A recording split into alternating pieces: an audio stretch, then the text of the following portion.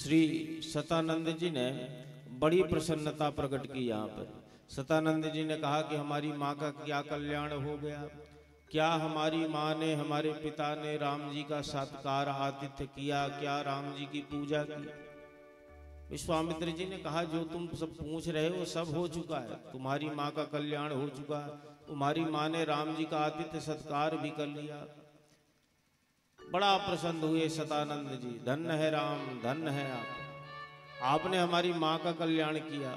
बहुत दिनों से तपस्या करके दुखी थी, आपके दिव्य सत्कार से, आपकी पूजा से हमारी माँ पिताजी के लोक को चली गई। ऐसा कह करके सतानंद जी बड़ा सम्मान करते हैं राम जी का। सतानंद जी आचार्य हैं जनक जी के।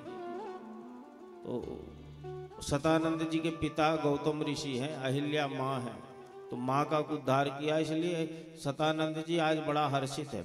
और राम जी से कहने लगे कि आप जिन महामुनि विश्वामित्र जी के साथ हैं, क्या इनके विषय में जानते हैं? ये बड़े श्रेष्ठ हैं, बड़े दिव्य हैं, और इनसे भी ज्यादा आप श्रेष्ठ हो राम जी, क्योंकि आप विश्वामित्र जी के संरक्षण में हो। सतानंद जी कह रहे हैं, नास्ति धन्य तरो राम तत्योन्यो भुवि कांचन गोप्ता कुशिक पुत्रास्ते येन तप्तम महत्तप। इनके जैसा महान तपस्वी, विश्वामित्र जैसा संसार में कोई दूसरा है ही नहीं। उन तपस्वी महात्मा के संरक्षण में है आप राम जी, इसलिए आप बहुत श्रेष्ठ है, आप बहुत धन्य हैं। वहां पर दिव्य व्यवस्थाएं की गई है निवास की। श्री सतानंद जी बड़े स्नेह के साथ राम जी के पास, लखनलाल के पास बैठ जाते हैं। विश्वामित्र जी भी विराजमान हैं और उन्हीं के सन्मुख विश्वामित्र जी की महिमा सतानंद जी सुनाते हैं राम जी को, और कहते हैं कि जो कौशिक है ये बड़े दिव्य है, बड़े प्रतापी हैं। एक बार की बात, ये राजा थे और बड़ा श्रेष्ठ इनका साम्राज्य था। एक बार विश्वामित्र राजा अपनी विशाल सेना लेकर के वन मार्ग से जा रहे थे। मार्ग में वशिष्ठ जी का आश्रम दिखाई पड़ा, तो राजा विश्वामित्र जी ने महात्मा का आश्रम में चलो चल करके प्रणाम कर लो। तो विशाल चतुरंगनी सेना के साथ वशिष्ठ जी के आश्रम में पहुंच गए। आतिथ्य कर्तुमिच्छामि बलस्याय महाबल तब चैव प्रमेयस्य यथारम संप्रतीक्षामि।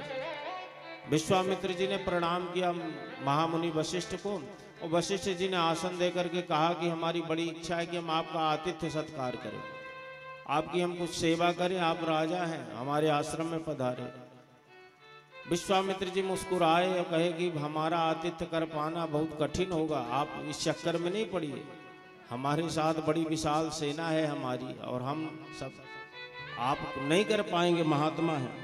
सत्क्रियाम ही भवन नेता प्रतिशक्तु मया कृताम राजस्त्वम अतिष्ठेय पूजनीय प्रयत्नता। राजा देवता का रूप होता है, इसलिए प्रत्येक व्यक्ति की ये निष्ठा बनती है राजा से, आपकी पूजा करना चाहिए, हम आपकी पूजा सेवा करना चाहते हैं।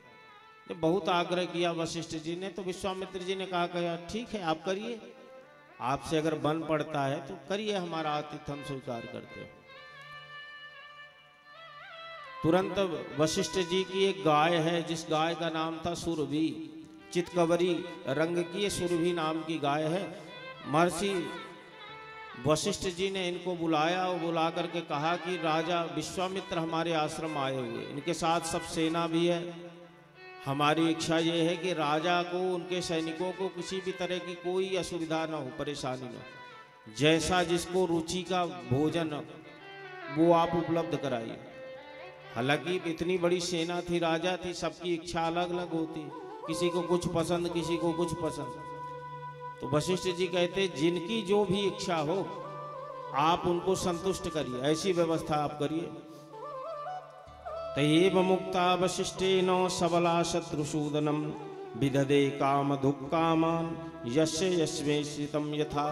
तो जिसको जो भी कुछ चाहिए था, कामधेनु गाय ने अपने भीतर से प्रकट कर दिया। अद्भुत आतिथ्य सत्कार हुआ, ऐसा कभी सैनिक जो गए थे कभी ऐसा प्रसाद नहीं पाया जैसा आज वशिष्ठ जी के आश्रम में मिल रहा है। और राजा स्वयं बड़ा संतुष्ट हुए प्रसाद पा करके, रानियों समेत थे और कई दिन निवास कर गए। वशिष्ठ जी ने इनका सुंदर आतिथ्य किया। वाल्मीकि जी कहते हैं कि वहाँ रहने से, आश्रम में वहाँ का प्रसाद पाने से इनमें अद्भुत तेज और बल आ गया, सैनिकों में, राजा में भी। तो विश्वामित्रो हि राजर्षि हष्टपुष्ट तदा भवत शांत पुरवरु राजंसा ब्राह्मण पुरोहिता। वाल्मीकि जी कहते कि हष्टपुष्ट हो गए आश्रम में रह के, ब्राह्मण इनके हष्टपुष्ट, राजा हष्टपुष्ट, विश्वामित्र, सैनिक सब। इतना दिव्यता रही उस प्रसाद की। तो राजा को लगा कि ये सब चमत्कारी गाय का प्रभाव है, तो अगर ये गाय हमको प्राप्त हो जाए तो ये बड़ा आनंद करेगी हमें। जब इतना कम समय में हम इतने बलशाली पुष्ट हो गए, तब ये हमेशा रहे तो बहुत बढ़िया। तो शाश्वती सबला मह्यम कीर्तिरात्मवतो यथा अश्याम हव्यम च काव्यम च प्राण यात्रा तथैव च। विश्वामित्र जी ने जाकर के निवेदन किया वशिष्ठ जी से, कहा कि देखिए हम राजा हैं और जितने संसार के श्रेष्ठ रत्न हैं उसका अधिकारी भोक्ता राजा होता है, तो ये गाय पे अधिकार हमारा है। तुम महात्मा हो, क्या करोगे? ये गाय हमको दे दो, हमारी राज की व्यवस्था बढ़िया चलेगी। तो वशिष्ठ जी ने मना कर दिया, कहा देखिए हम जंगल में रहते, हमारे शिष्य है, हमारा आश्रम, आप अतिथि आए, आपका हमने सत्कार कर दिया। राजा ने कहा कि इसके बदले हम तुम्हें बहुत धन देंगे, चाहे जितना सोना ले लो, मणि ले लो, जितना व्यवस्था चाहिए उतना ले लो, धन लो, इसका मूल्य बताओ कितना मूल्य होता है, हम तुमसे निःशुल्क नहीं लेंगे, मूल्य दे करके लेंगे। तो वशिष्ठ जी ने कहा कि प्राण दे देंगे पर गाय नहीं देंगे। अश्याम हव्यम च कव्यम च प्राण यात्रा तथैव च। हव्य कव्य जो भी होता है हमारे आश्रम में, हम हवन करते हैं, आश्रम की व्यवस्था चलती है, वो सब कुछ इस गाय से चलती है। हमारी प्राणों की यात्रा इसी से, हम सब कुछ दे सकते, ये गाय नहीं दे सकते। तो जब मना कर दिया तो राजा है, राजसी मद है, बड़ा बुरा लगा, चले गए वहाँ से। लेकिन जाने के बाद कहते हैं कि ऐसी सीधी तरह से नहीं मानेगा महात्मा, इससे हमने निवेदन किया, ये सुनता नहीं। सैनिकों को बुलाया और सैनिकों को कहा कि जाओ वो जो गाय है उस गाय को जबरदस्ती लेकर के चलो हमारे राज्य में। तो बहुत बड़ी संख्या में सैनिकों ने जाकर के गाय को बांध लिया और घसीट करके ले जाने लगे। जो गाय है, गौ माता है, वो बड़ी बिलखी, बड़ी रोई। गौ माता वशिष्ठ जी को बड़ा प्रेम करती थी, वशिष्ठ जी सेवा किया कर, बड़ा प्रेम था गौ माता का। तो आज गौ माता को लगा कामधेनु को कि वशिष्ठ जी ने हमारा परित्याग कर दिया, और बड़ी दुखी है, खींची जा रही है, सैनिकों से जा रही हैं। लेकिन विचार किया कि कम से कम एक बार मैं मिल तो लूं वशिष्ठ जी से, आखिर क्या गलती हमसे बन गई। कामधेनु कहती है कि वशिष्ठ जी ने हमारा परित्याग कर दिया। तो जो सैनिक पकड़े थे उनको झटक करके कामधेनु भाग करके वशिष्ठ जी के पास आई और रुदन करती हुई कहने लगी, भगवन किम परित्यक्त्वा तुष्टाहम ब्राह्मण सुतो यस्याद राजभटां मां ही नान्यथे तत्सकाशता। हे वशिष्ठ जी, हमसे कौन सा ऐसा अपराध बन गया, गलती बन गई, जिसलिए आपने हमारा परित्याग कर दिया? हमारी सेवा में क्या कुछ कमी रह गई? आपने क्यों हमको छोड़ दिया? हमें राजा के सैनिक जबरदस्ती घसीट करके ले जा रहे हैं आपके आश्रम से। तो वशिष्ठ जी दुखी हो गए और दुखी होकर के कहते हैं कि गौ माता, हमने आपका त्याग नहीं किया, आपको जबरदस्ती हमारे आश्रम से ले जाया जा रहा है। ये विश्वामित्र अपने साथ आपको ले जा रहे हैं और मैं निरीह ब्राह्मण हूँ, क्या कर सकता हूँ?